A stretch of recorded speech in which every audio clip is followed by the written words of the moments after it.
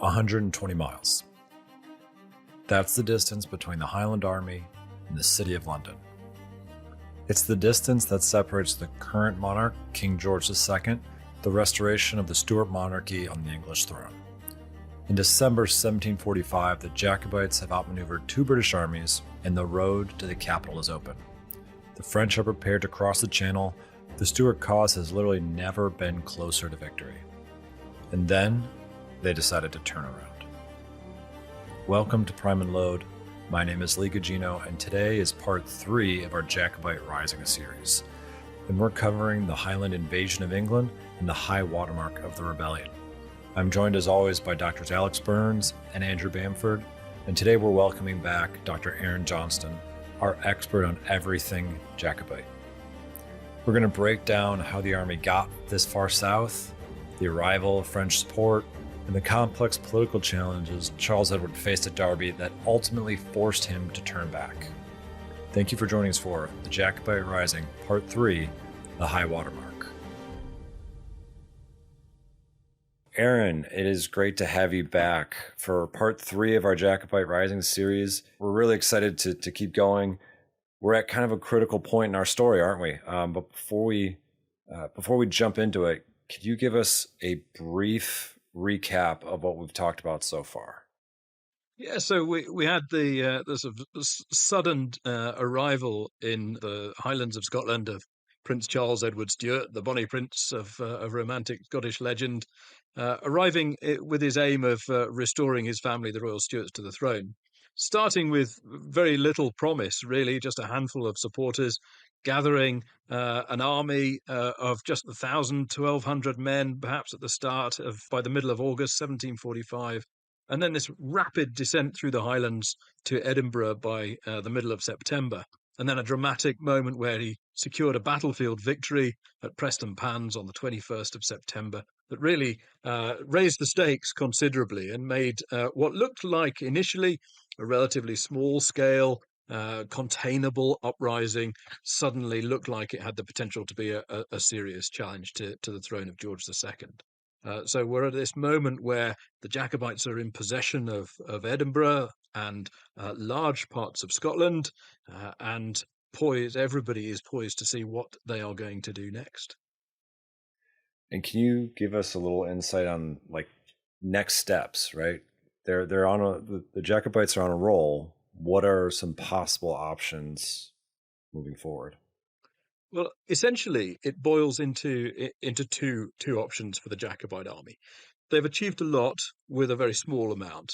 So at the time of their victory at Preston Pans, their army is only 2,500 men. So it's not a big force. It's not a large enough force to physically control Scotland.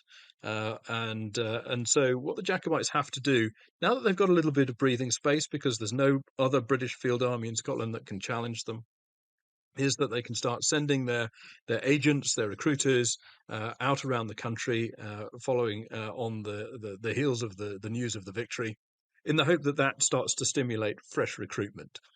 That's successful to a large degree, especially in the northeast and the eastern coastal areas of Scotland, where there are strong Episcopalian traditions, and so the Jacobite army starts to expand. It starts to go through a transitional phase here now, where it starts to become less Highland and Gallic in its character, and starts to look a little bit more like a representative national force.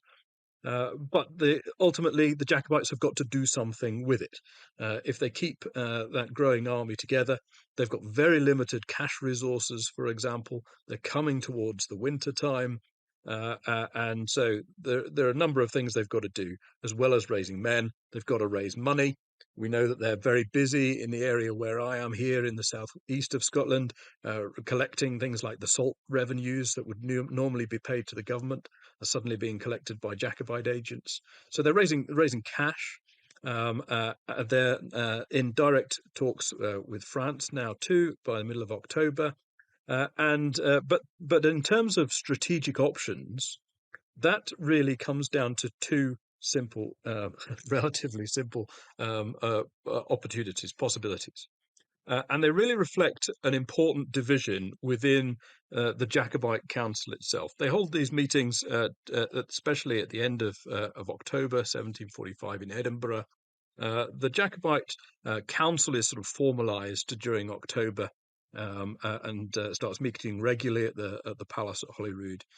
And the two options are either to spend the winter consolidating control of Scotland and creating as much of a national force in Scotland as they can, so that when, as would be inevitable, the Georgian counterattack comes, they're strong in their resistance to it, or to sustain the momentum that they've gained by their speed and movement so far, to get ahead of that counterattack and move the war into England, try and raise support that is believed to exist in England, and ride the crest of the wave down to London.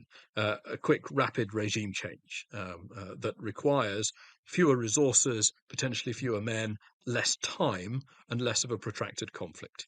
Now, that feeds into those two options, as I say, expose two different perspectives of what the Jacobite cause at its very root actually is. And that's reflected in the way that the support for those different options is expressed in the council. Many of the Scottish leadership, particularly Highland chieftains, led by Lord George Murray, they see this from a very Scottish national perspective, that this is a Scottish army that has been raised for a Scottish Stuart monarchy, and that there's a large body of support within the army that is motivated not only by loyalty to the Stuarts, but also resistance to the Act of Union and all of the wider baggage that comes with that. And that advocates for a consolidation in Scotland. Spend the time consolidating civil authority as well as the army. Counter to that is Charles Edward's own perspective, where he sees himself very much as the king of all three Stuart kingdoms. His mantra is all or nothing. He's not come just to secure Scotland for his father. He's come to secure England, Scotland, and Ireland as well. And he believes that there's no realistic prospect of holding Scotland without large-scale input of resources, and so that he has to pursue into England to get ahead of the game. Speed and momentum are his mantra, but also his political vision is about the whole Stuart inheritance. So those are the sort of the background issues that are boiling out into the council discussions over whether we stay in Scotland or whether we go into England and make the march on London. Aaron, could I jump in with a couple of questions? First of all, do you think there's any sense, you talk about Prince Charles Edward Stuart wants to go down to Newcastle to where there's an army mobilizing for the regime. Is there any sense that he's looking at this in almost like a more modern sense of like getting to London, and maybe that's important, that's the overall goal, but we've got to deal with the enemy field army, that's the most important thing? And then second, I just talked with a Polish historian yesterday about like the size of the Polish army in the 18th century, and it's really hard to calculate, but about how big is the Jacobite army at this time? You say we're getting more lowlanders in the army. Is that vastly increasing the number of men under Prince Charles, his command, or? Yeah, no, I mean, basically the Jacobite army doubles in size from the Battle of Prestonpans to the decision to march into England. So that's great news for the Jacobites in one sense. On the other hand, it's still only 5,000 men or so to contemplate a march the whole length of England. That is not a big force, and as I say, this is where Charles Edward is seeing that as an army that could secure a quick, rapid victory, potentially whilst the enemy is still under the fresh news from Prestonpans, is still labouring under this fear of what the Highlanders can do to them. There's all of that mystique and momentum behind him at the moment that will potentially dissipate as the campaign goes on. And Charles Edward is very, very aware that the longer the conflict goes on, the more resources the British state is able to mobilise against it. And so he wants to be able to move quickly. So there are still forces being levied in Scotland as the Jacobites are marching out of Edinburgh and heading south. But it's that impossible decision as to when is the perfect moment to go. The longer you wait, potentially the more men you've got, but potentially the more men they've got too, and the longer they've had to recover and to work out what you're doing. One of the other issues that the Jacobites have got is that they don't really know the extent of what popular support they have in England. They've got some ideas that the Jacobites were consistently in contact with potential supporters across England and Scotland during the years leading up to the Rising, but they didn't know at what point what the threshold was for those people to support, and that was another reason why Charles Edward wanted a victory in England. That would be very immediate, very visible, and would encourage people to support him in England. But what the Jacobites can't do is tell everybody what they're intending to do. They cannot notify their friends in England in advance which way they're coming and when they're going to be there. So it's very difficult for them to prepare potential supporters for when they're going to move, which means that there's an awful lot of known unknowns in the Jacobite planning here. But Charles is very much in the camp of time is not on our side, and we've got to go now. Yeah, absolutely. He's always given the impression of being a man in a hurry. That's very much his personality, and the whole conception of the Rising from his perspective has been driven by that sense that you've got to seize the opportunities you've got when you've got them. We don't know if we're going to get another. And one of the tensions that's emerging in the Jacobite Council is between Charles and some of the staff officers around him that were Franco-Irish officers like John Sullivan, that were seen as having less of a stake in the outcome of the war, in the sense that they weren't, in the immediate sense that the clan chiefs were, risking their personal estates, their personal fortunes, their personal positions, and their tenants and their lives. And the fact that those men were marginally, to an extent, not exclusively, but generally more supportive of backing the Prince's resolution, created that additional tension in the administration of the army. Wow. And so the Jacobite army is growing. They've got a compromise plan, but they are moving into England. And how does that actually go for them? Well, initially, they execute the march extremely well, and the march out of Edinburgh is done in such a way that the army divides into two columns, roughly equivalent to a Highland and a Lowland column, and they leave Edinburgh staggered by a day or so, and head off in different directions. So this is fairly intelligent staff work that the Jacobites are showing here. The Prince's column in particular heads down into the borders, looking as if it's heading towards Newcastle. And so obviously intelligence fixates on where Charles Edward is, because that's perceived to be the principal thrust. And so he comes down as if he's moving towards the northeast of England, and then as he moves towards the border, suddenly cuts across towards the northwest, an area of the borders. And just as he reaches the border regions, he joins up with the other column, the lowland column.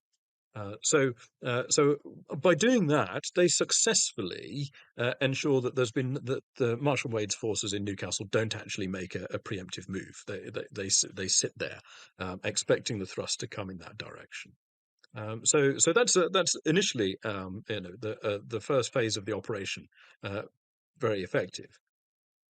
There's there are indications as they move down into the southwest of Scotland that they certainly don't have Scotland entirely in the bag. The population in Dumfriesshire is not exactly delighted to see the Jacobite army marching through. This is good old traditional Covenanting territory as much as anything else. They're not exactly cheering from the rooftops to see the return of the Stuarts down here. But nevertheless, they move on, and they cross the border. and they concentrate their forces at Carlisle. And Carlisle is the first city in England which they have to occupy, and it is a walled city with a castle, with a garrison, and the Jacobites lay siege to it. Now, this is their first formal siege operation of the war. They had a very sort of half-hearted attempt to blockade Edinburgh Castle during their occupation of Edinburgh for those crucial 6 weeks, but armed only with a small number of cannon at that stage, there's very little they could ever hope to do with it. Now they have at this point been supplied by the first wave of French support, so they've had some artillery and some munitions and some cash landing, and so they have now a siege train. And they open the trenches outside Carlisle and open a formal siege, and they are successful. They oblige Carlisle. Now, Carlisle in 1745 is not exactly a model of modern fortification. Nevertheless, it is a nut they have to crack, and they crack it, and they do so whilst always looking over their shoulder, in the expectation that the army from Newcastle will come across to relieve the city. At one stage, they believe that's happening. Charles Edward moves his army to Brampton, into mountainous terrain there on the borders, in expectation of Marshal Wade coming across. They prepare for a battle that doesn't happen. Wade's army does not meet them, and so they're able to return to Carlisle, which capitulates. So again, a Jacobite success, perhaps militarily, in the grand scheme of things, it's no great glory. It's a militia garrison, it's crumbling old medieval walls, but nevertheless, it is a fortified city which has surrendered to the Jacobites. It has a lot of psychological significance to Scots, particularly because Scottish armies have been trying to take Carlisle for centuries, and have never been able to successfully do so. So from a Scottish perspective, the taking of Carlisle is very significant, and obviously what it does is provide them with a base now on the border. From there, Charles Edward is now able to say, "Okay, well, we keep rolling, guys. We just keep rolling forwards," and there's now an ongoing conversation that Charles Edward is never able to entirely shut down about how far we go, and so, as I said earlier, Charles Edward sees this as the march to London. Others see it as this toe in the water. Let's see what happens, and let's see how far we can risk it. Before we get too far south, Andrew, could you tell us a little bit about the forces of right and order in the universe at this juncture? Right? So if the Jacobites have 5,000 men to try and overthrow the Hanoverian regime, how big is Marshal Wade's army? What kind of mobilization is going on in England? How is the government dealing with this crisis of lawlessness and rebellion? Yeah, I mean, don't feel you have to sit on the fence, Alex. If you've got sympathies one way or the other, do bring them out. Yeah, I'll get the book plug in here. This is something I looked at a few years ago with an editor collection that Arran did a chapter for as well, called "Rebellious Scots to Crush," that looked at the government forces in the 45. There's a bit of a tendency, I think, particularly with the English campaign, because for a large part of the time, the government forces kind of exist on the peripheries in potential, and the Jacobites are dodging around them and doing lots of exciting things. And without too many spoilers, there isn't a huge decisive battle. So I wanted to look at, rather than this amorphous red-coated blob, so looking a bit more detail at what was available. So there's quite a few different tiers to all this. Obviously, we heard in the last episode talking about Preston Pans about the state of the garrison troops that met the original Jacobite rising in Scotland. Clearly, the pick of the British Army at this point is in Flanders, fighting the French, although to some extent still licking its wounds from Fontenoy. So the first thing that's done is the pick of that army is brought back across, and the regiments that are left behind are drawn upon for drafts to get those regiments that do come home up to fighting strength. Then, as it's realised that, actually this is getting really quite serious, they bring the rest of that army, bar for a little bit of cavalry, home as well. And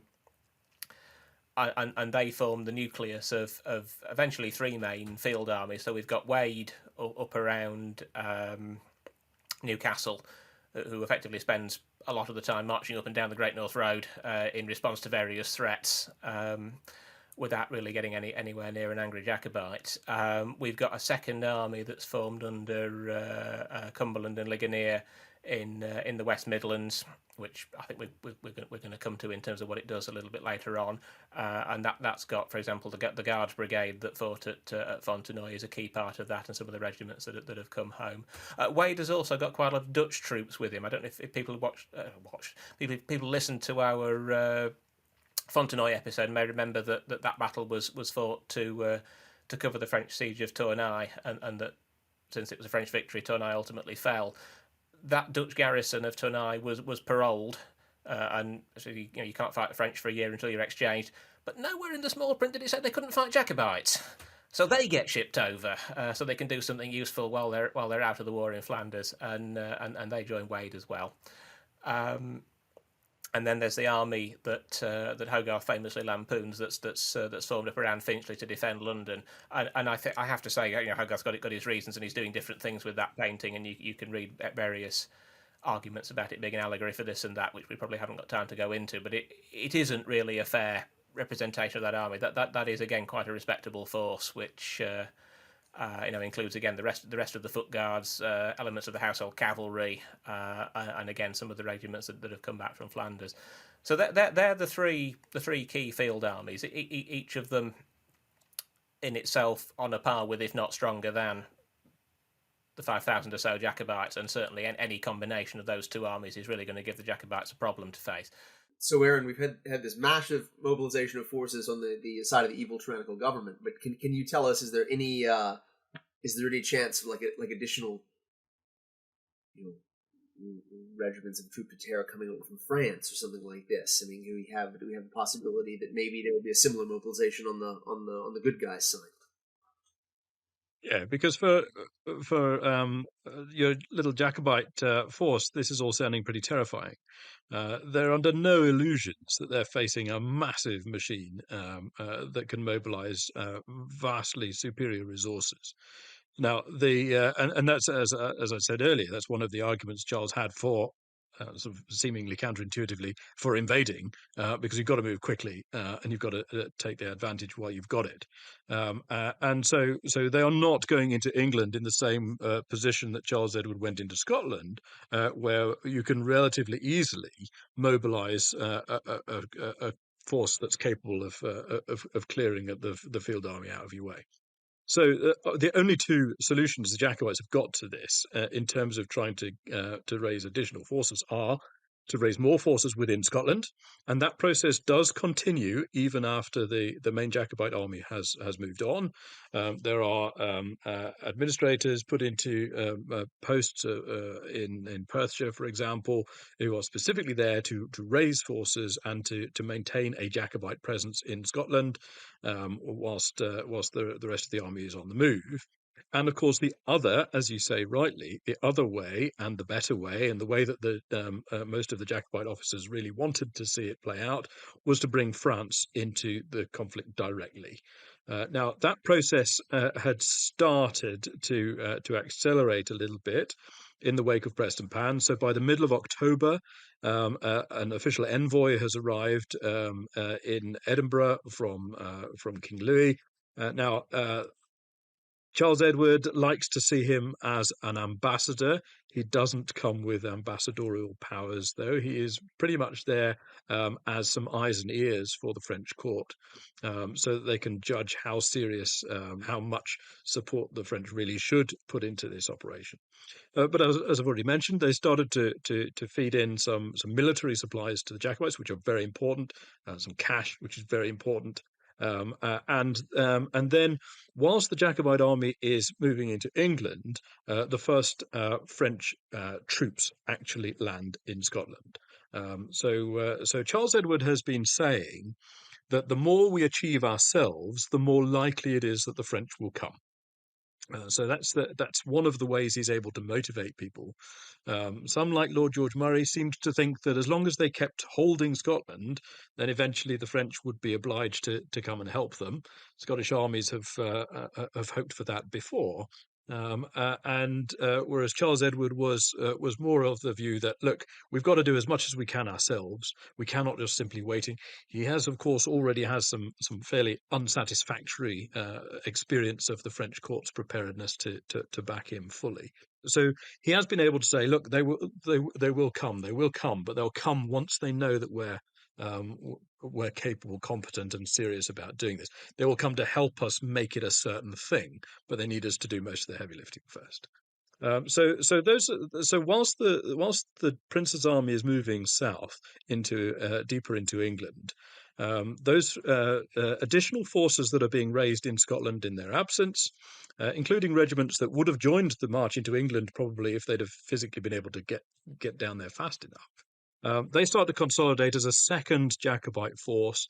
They consolidate under command of Lord John Drummond, the brother of the Duke of Perth, French officer who comes over mid-November with the Irish pickets and the Royal Ecosse. So that's the only way the Jacobites can respond, really, is to hope that they are creating enough noise and enough success to make it almost politically embarrassing if the French don't commit to supporting this operation. Charles Edward, though, is aware that the French are just as keen to see the war continue as they are to see it end. So he is perhaps more than others cautious about how much hope he can put into that basket. He would much rather get through to and of course it's neater for him politically too if he can achieve most of his aims without then being in a position of dependency on France. There must have been people whispering in his ear also saying that if you want English support, the backing of France isn't always the best way to get it. Hi, Lee Gugino here, and I'm the producer of Prime and Load. As any regular listener knows, our episodes go long, and this Jacobite series has some of our longest episodes. Since we've launched this podcast, we've blown way past our upload limits every single month. So in an effort to try and stay within our limits, we've had to start cutting down our episodes. For this episode specifically, I've had to cut almost 40 minutes worth of English militia conversation, English Jacobitism, myth debunking, and what-if conversations to get down to just an hour, which I still failed at, and you'll notice we don't even have a Murmurs in the Camp section of this episode for that reason. But I do have some good news. If you join our Prime and Load War Room on Patreon, you can listen to this full, uncut episode. For just $3 a month, you can get access to this and every other uncut episode from Prime and Load. And if you want even more, our War Room tier has bonus episodes that aren't even available on the main show. So join us at patreon.com/Prime and Load.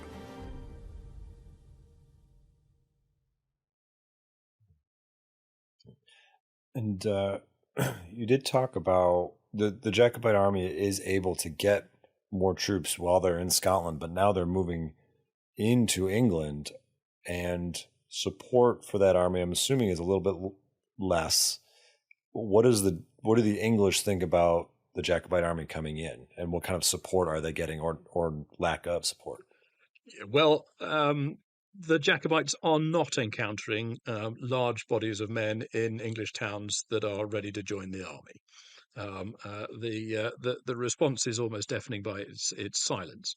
They don't encounter large-scale overt hostility on their way south, partly because they're very well behaved as they go. They do try very hard and are under very strict orders. And as the Jacobites had proven during the period they were in Edinburgh, they were perfectly prepared to hold their own men to account for their behaviour. So the Jacobites were, and of course, there's always sort of fringe stories on the edges. But considering that the warnings had been so diabolical that these savage Highlanders would be coming and putting your babies on spits and all the things that you're accustomed to hearing that they're going to do, and that this is a representation not only of savage barbarism but also all the horrors of Catholicism and France and foreigners. By comparison to what everybody's told is coming, the Jacobite army is relatively respectable. There's a lot of snide comments about their dress and general appearance, but what the Jacobites do very deliberately is make a show when they arrive in any a place of any size, a town. They're always preceded by the elite, by the Prince's Life Guard, the cavalry regiment in their smart blue coats and tartan belts and gold-laced hats. And so they're the guys that you see first. They give you a good impression. They give you a sense of, actually, maybe this is somebody we can negotiate with that will keep an eye on us. And so as I say, the Jacobite army doesn't have to fight its way south once it's past Carlisle, but it is not encountering large swathes of support either. Now, that's particularly disappointing because there are areas in the northwest and the northeast of England where they had hoped that they would get support. But as I mentioned earlier, you can't exactly forewarn your supporters that you're going to be in their area on a certain date. And so they're not able to prepare the ground ahead of their movements, which I think is a hand tied behind their back in terms of being able to mobilize support. They once they get to Manchester, they're able to raise a small regiment there, but its quality is much debated. Their ideological commitment is sometimes debated too, but nevertheless, it's 300 Englishmen you can put into your army, and you can say we now have an English regiment, but it is unavoidable that those murmurs in the prince's ear about the wisdom of keeping moving forwards when there is no landslide demonstration of support, there is no wave of popular enthusiasm that will carry you to London. You can start to understand why it feels like you are marching deeper and deeper and deeper into a trap. Because Marshal Wade is behind you, the forces are assembling in front of you, and your army is getting further away from home, and it is not getting any bigger. So as the army moves south, the senior figures in the Jacobite command, particularly people like Lord George Murray and some of the chieftains too, are becoming more and more anxious about the wisdom of keeping going. And particularly, there is this sense that if we had a military reverse in Scotland, we might be able to survive it. If we have a military reverse deep inside England in the middle of winter, we are all finished. There's no way out of it. And Charles Edward thinks he has a trump card when he is able to say, look, I told you the French would come if we kept going. I now have confirmation that the French have landed troops in Scotland. And the response, of course, is, well, great, let's go and link back up with them. What use are they to us in Scotland when we're down here? So everything hinged on whether or not there was ever going to be the realization of a large-scale French attack in the south of England that would allow them to coordinate their march on London more effectively. And so now our army is in Manchester. They've raised a regiment in Manchester. Where are they going next? Well, that's a good question. It's a question the Duke of Cumberland would like to have an answer to as well. There is a suspicion, and not an unfounded one, that the Jacobites have some support in Wales and in the Welsh Marches, and so they are well positioned in Manchester to strike down in that direction, the way that the Scots army had done 100 years before when it had ended up getting bottled up in Worcester. But of course, there is also the direct route to London as well.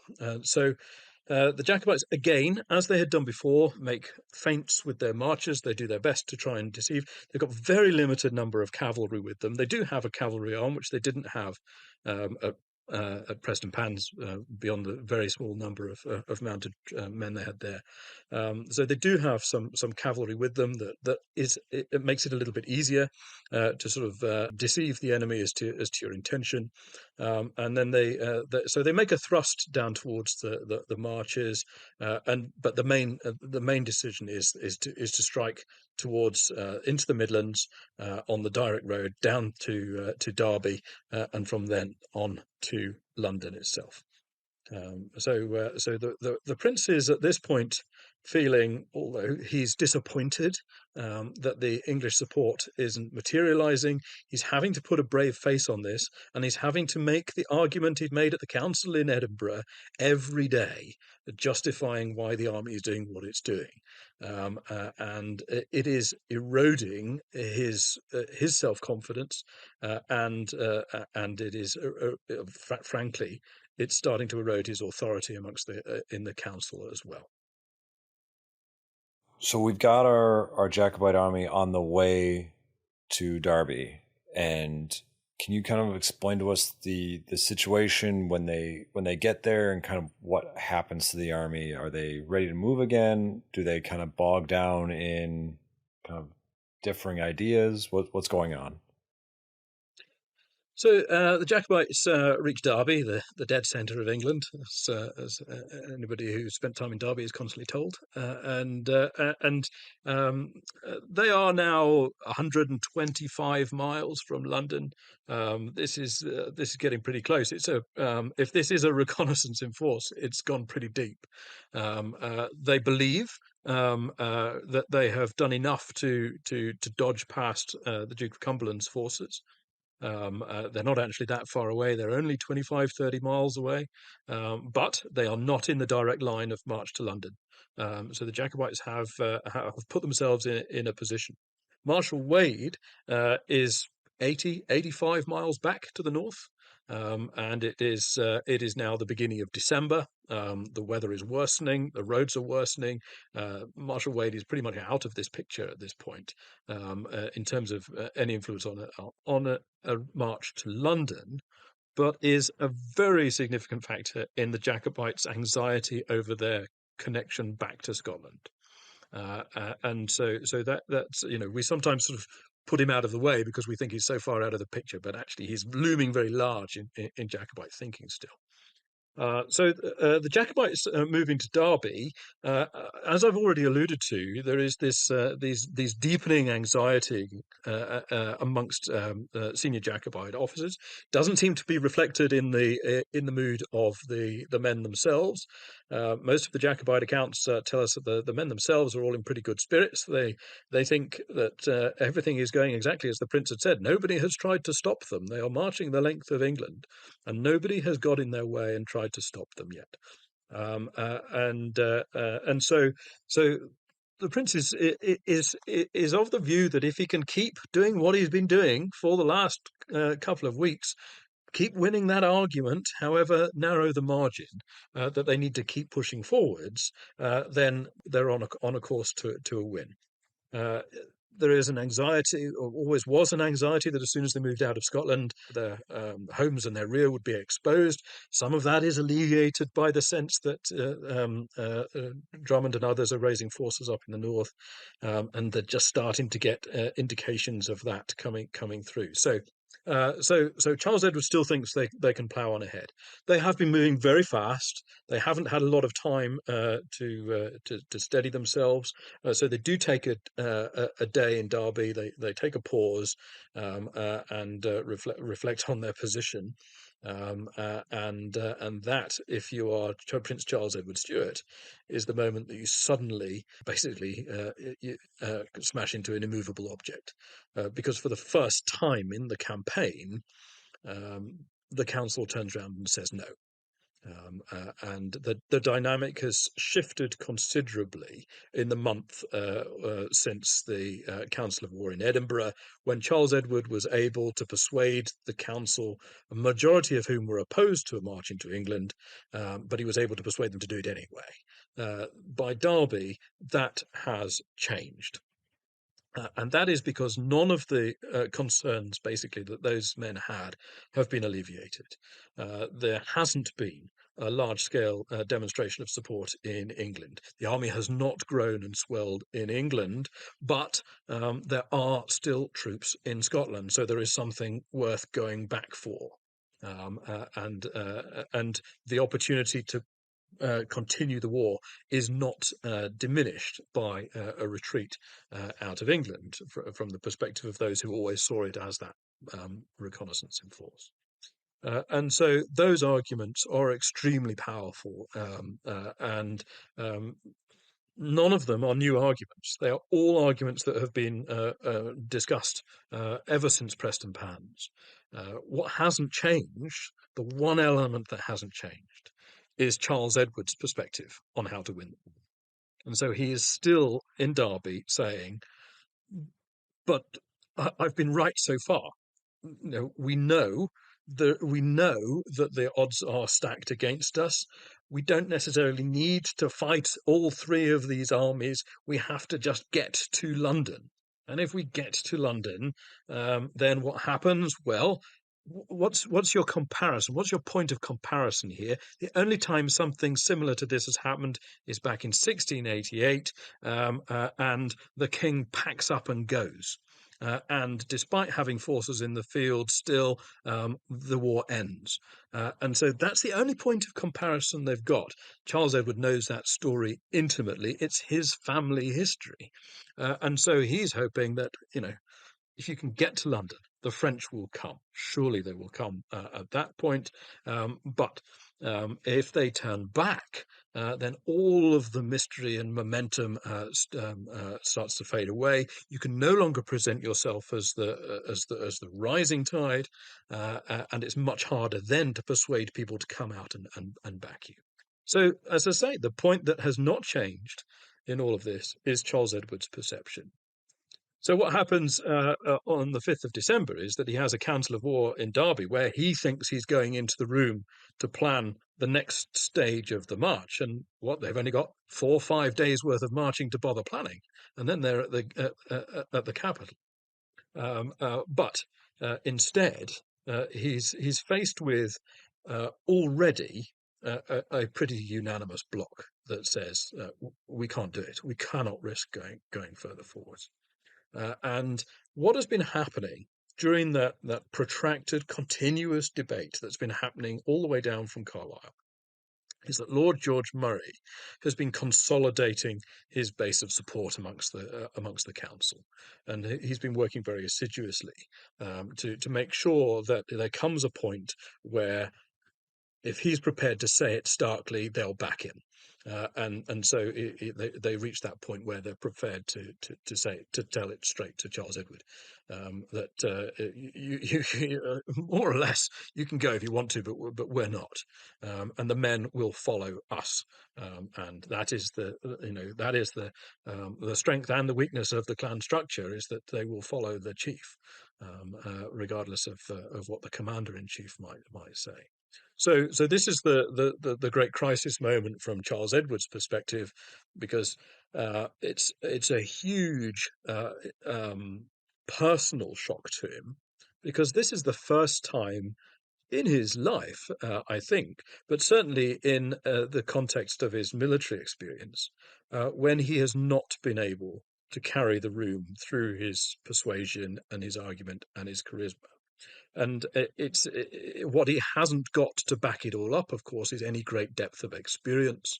And the men that he is trying to persuade are many of them men who have been through previous Jacobite uprisings, have been through previous defeats, know full well what the dangers are and how difficult it is to recover.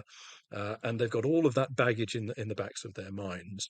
And Charles Edward doesn't have the experience to be able to out-argue that.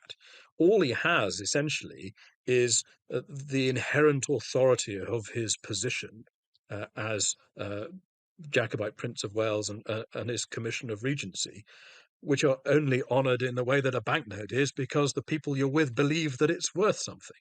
That's it.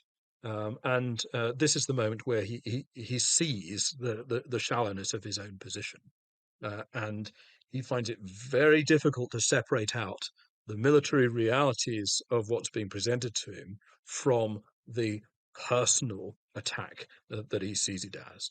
It has now become his perception of the war being one direction and everybody else's being something different, and that tears open the bubbling tensions that have been in the Council of War. And that Council of War, and it's not just a single meeting, it is a series of meetings, become increasingly unpleasant. He becomes increasingly frustrated. There's talk of him banging his head off the wall in frustration because he cannot get his argument through. I don't think there's a lot of argument happening. Once the case has been stated, that's it, and he can't win it through. So this is a real crisis for the Jacobite army, because those different perspectives of how best to win the war have now been starkly laid out, and that moment of division, has come when they are in the most dangerous position you could possibly imagine, where they've got three armies hovering around them. They're deep in enemy territory. It is not as easy as simply saying we turn around and go home. Getting back to Scotland is a very difficult military challenge in and of itself, even if it looks on paper a little bit simpler than trying to take London with 5,000 men. So I know our listeners are just on the edge of their seat whenever I ask questions about the state of the Scotland literature. But if I could just come in and kind of ask Arran, obviously you've just described this as the Jacobite high watermark. Is there any sense in sort of like modern historical analysis of this tension that you've been describing between like the dynastic goals of the Stuart family and maybe the more nationalist or at the very least anti-union goals of the maybe the clan or the soldiers or the sort of chiefs? Is that kind of the leading current explanation for like why the rebellion fails, or at the very least why the march doesn't go forward, because of kind of this interplay between these two competing goals in the rebellion? Yes, I mean there is there is that strong debate that says ultimately, is this war about British unionism or Scottish nationalism? And did the Jacobites even know the answer to that question themselves? That comes back to, we started back in our first discussion about what the Jacobites were all about, what they were for. Now, it's very easy to answer in 1688, 1689, when you're about the restoration of the old king. Fast forward a generation, two generations, okay, what are you still fighting for? And that changes, that evolves. And what that actually means can be very different if you're in the Western Highlands of Scotland or if you're in the northeast of England, so the core of all academic discussion of Jacobitism really is about what is it? What did they see it as themselves? At what point did people give up on the idea, if they ever did, that the way to win was through military means? So yeah, I mean that is still a hot discussion. It's very difficult because no two Jacobites seem to have the same basic motivations. The one that is most readable, most consistent, and most clearly expressed is Charles Edward's. His vision of what he was after and what he was fighting for was very, very clear. To what extent he understood the differences below that is much less clear, and I think he was learning that as he was going forward. He'd grown up in the centre of a network of Jacobite agents, which was riddled with partisanship and factionalism and all sorts of self-motivations within those networks in exile, as you might expect.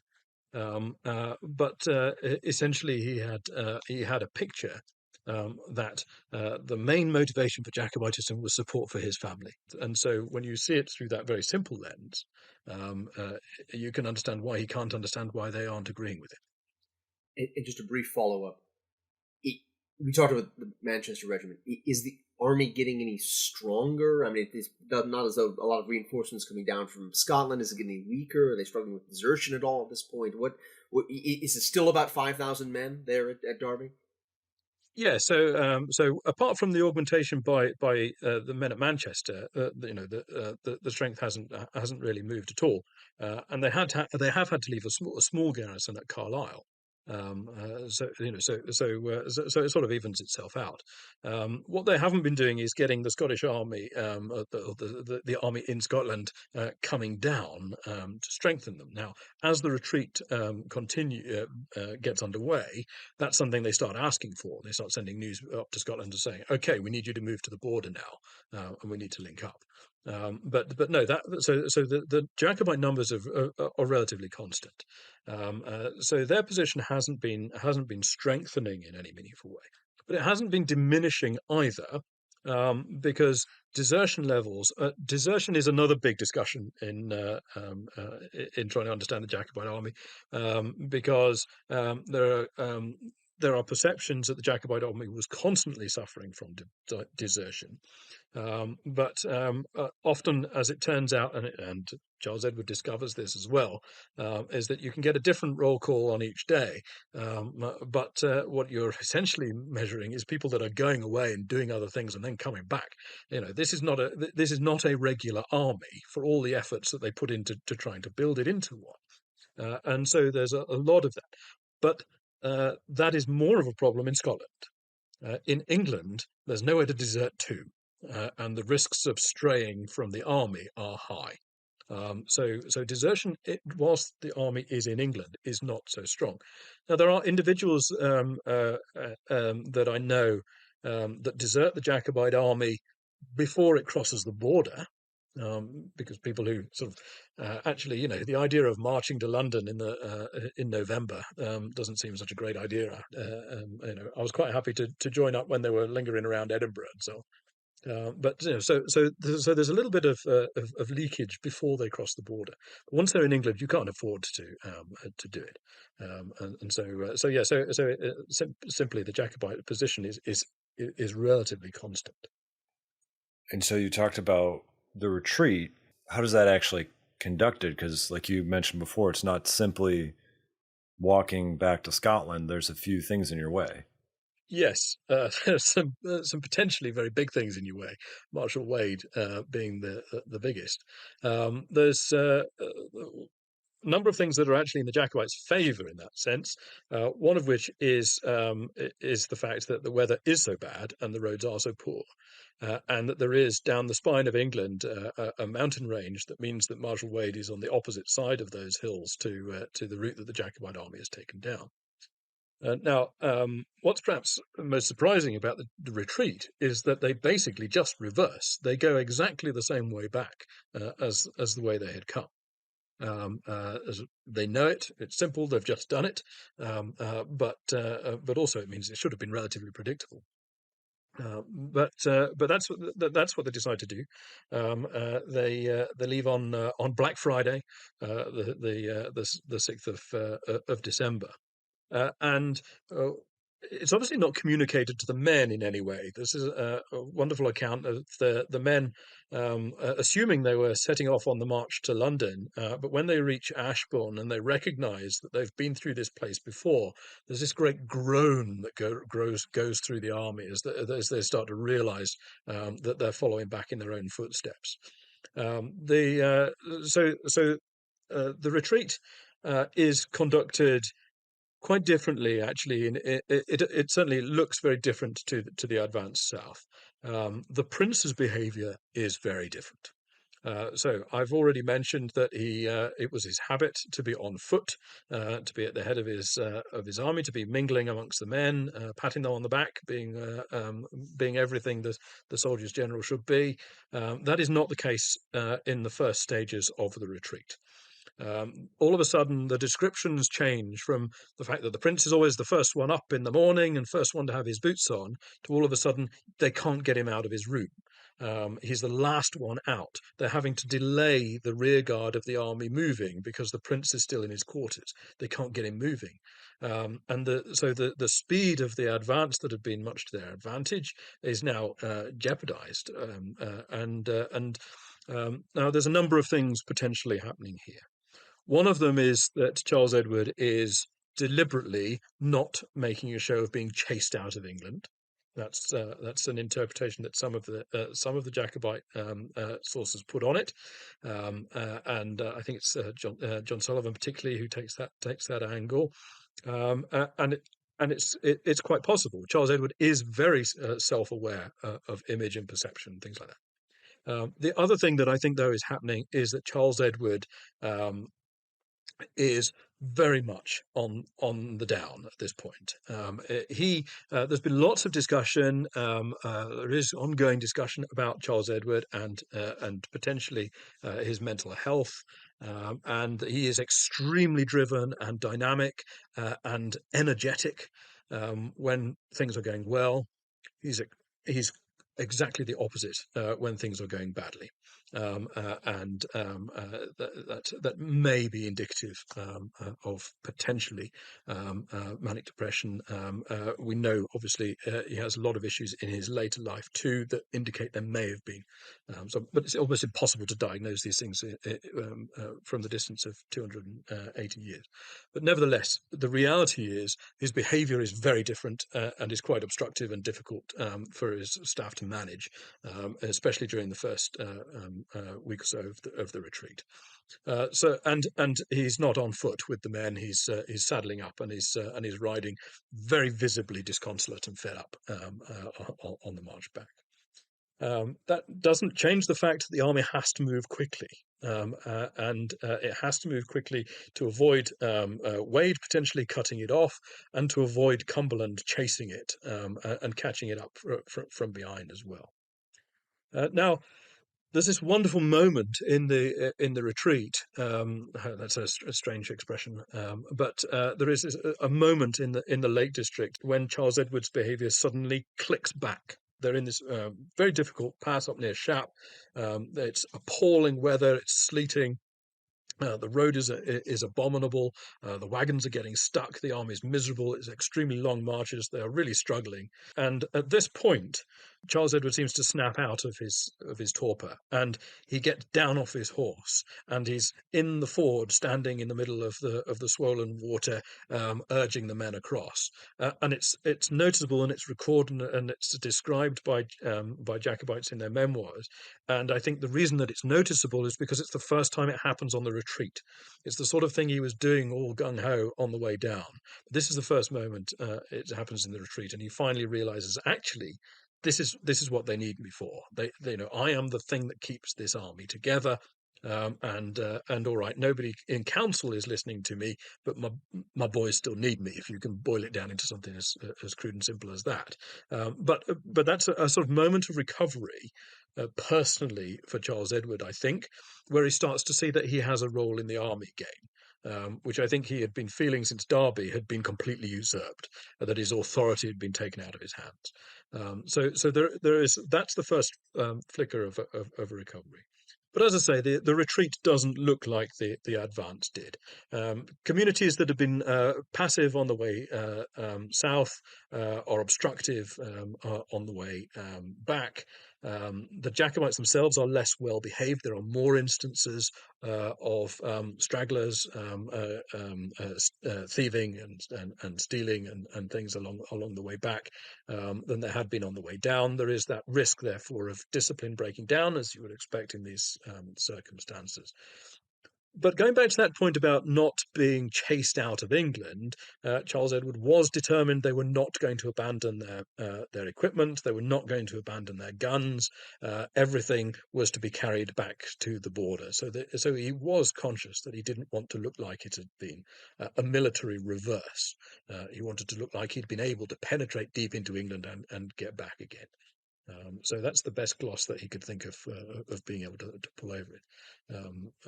Once that translates down to the orders for the guys that are pushing the wagons, of course, it feels less heroic as you're trying to drive them up Shap Fell, whatever. So, and of course, this is a dangerous retreat, as we said.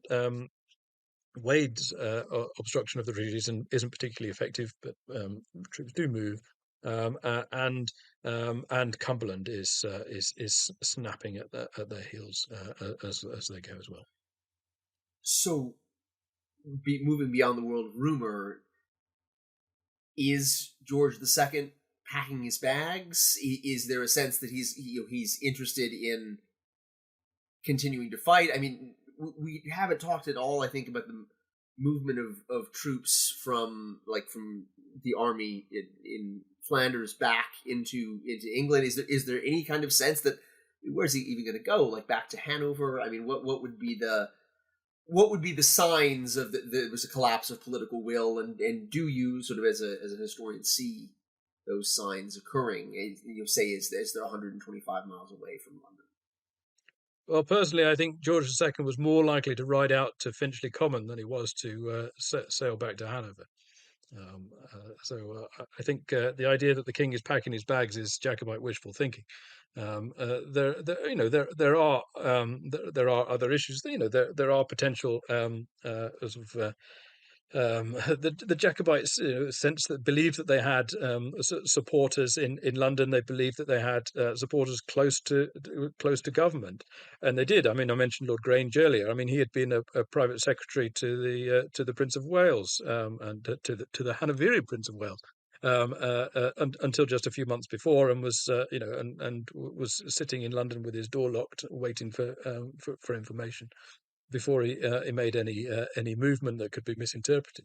And there may well have been others. But the Jacobites need a massive tipping of the scales at this point. And if George II had done what James the Second and Seventh had done in 1688 and had quit the capital, then that's what triggers the collapse.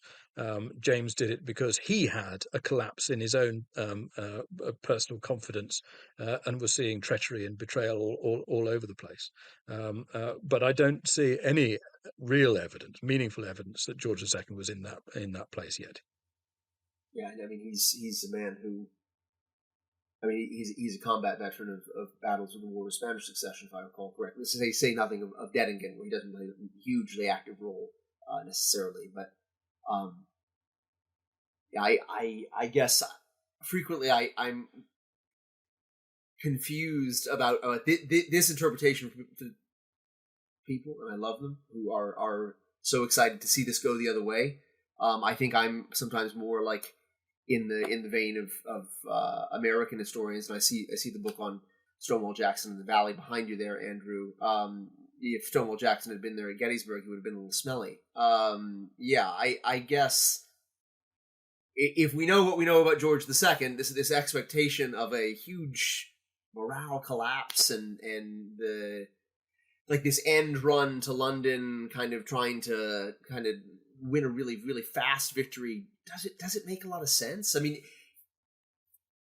obviously Charles is trying to do what he can do to save his family, but James II was abandoned by large parts of his military leadership, and that's not happening in 1745. And that's I think that's the point that makes the difference. And I guess maybe two rejoinders for Charlie here. It feels like he kind of hopes for a fight outside London where that battle is going to be some sort of Preston Pan-esque success, where, I mean, maybe it's even kind of the icing on the cake if George II is there in person. If he's killed or captured, it would be, that seems like a pretty decisive win for the Jacobites in that case. Secondly, and maybe you can correct me because I'm probably wrong about this, Aaron, but it doesn't necessarily seem like the Jacobites lose a whole bunch by trying this. I mean, if there's not massive desertion in England, you're losing out on, I guess, the figure of the prince in Scotland trying to prepare for a long war for these stretch of time while he's in England, but why not try if you think you're just going to lose a long attritional war anyway? I don't know that I really think that this moves the needle on that attritional war preparation very much. If there's still troops being actively recruited in Scotland, if there's another army up in Scotland, you're just kind of, I mean, you're going down to Derby and kind of seeing what happens. You're just sitting there at Holyrood and kind of, doing administrative stuff, which doesn't sound like it matches well with Charlie's personality very much. Just kind of sit there and do administrative stuff. So, do you think he misses an opportunity by doing this, or is it something that he has to go and see if it happens, and so he has to go and do it? Yeah, well, I think he was all for throwing the dice and going for it. Now, I mean, there is no plan B. If you get defeated in the field outside of London, or anywhere between Derby and London, in fact, anywhere between Carlisle and London, frankly, it's extraordinarily difficult for anybody to get out of that. Scottish armies, as we've said before, whether it's the Preston campaign in 48 or whether it's the Worcester campaign in 51, Scottish armies of the previous century, much, much bigger and better supplied armies than this one, have had appalling outcomes from trying these same operations. And the one argument that Charles has got, if he was making those comparisons, and I suspect plenty of them around him will have been doing, is that they were moving faster and more decisively. All of those campaigns were relatively ploddy and lost momentum as they went. So that's what he was trying to avoid.